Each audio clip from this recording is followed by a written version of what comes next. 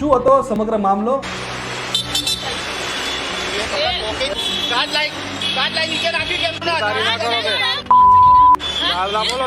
ચલો શરૂઆતથી શરૂ કરીએ।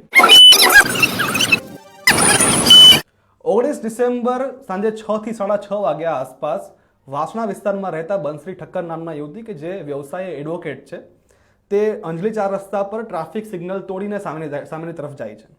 હવે ટ્રાફિક સિગ્નલ વાયોલેશન કરીને સામેની તરફ જાય છે ત્યારે સામે ઉભેલા એન ડિવિઝન ટ્રાફિક પોલીસના કર્મચારીઓ, જેમાં હેડ કોન્સ્ટેબલ જયંતિભાઈ ઝાલા અને તેમની ટીમ ત્યાં ઉપસ્થિત હોય છે, તે યુવતીને રોકે છે ટ્રાફિક સિગ્નલ તોડવા બદલ।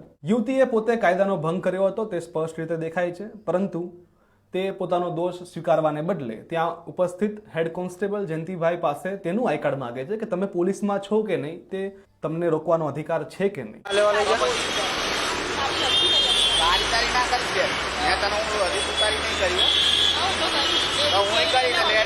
અહીંયાથી તકરારની શરૂઆત થાય છે। યુવતી દ્વારા આઈ કાર્ડ માંગવામાં આવે છે અને જયંતિભાઈ પોતે પોતાનું જે ઓફિશિયલ આઈ કાર્ડ હોય છે તે યુવતીને બતાવે પણ છે। યુવતી આ પોલીસ કર્મીનું આઈ કાર્ડ હાથમાં લઈને જોઈને ઈરાદાપૂર્વક તેને જમીન પર ફેંકી દે છે।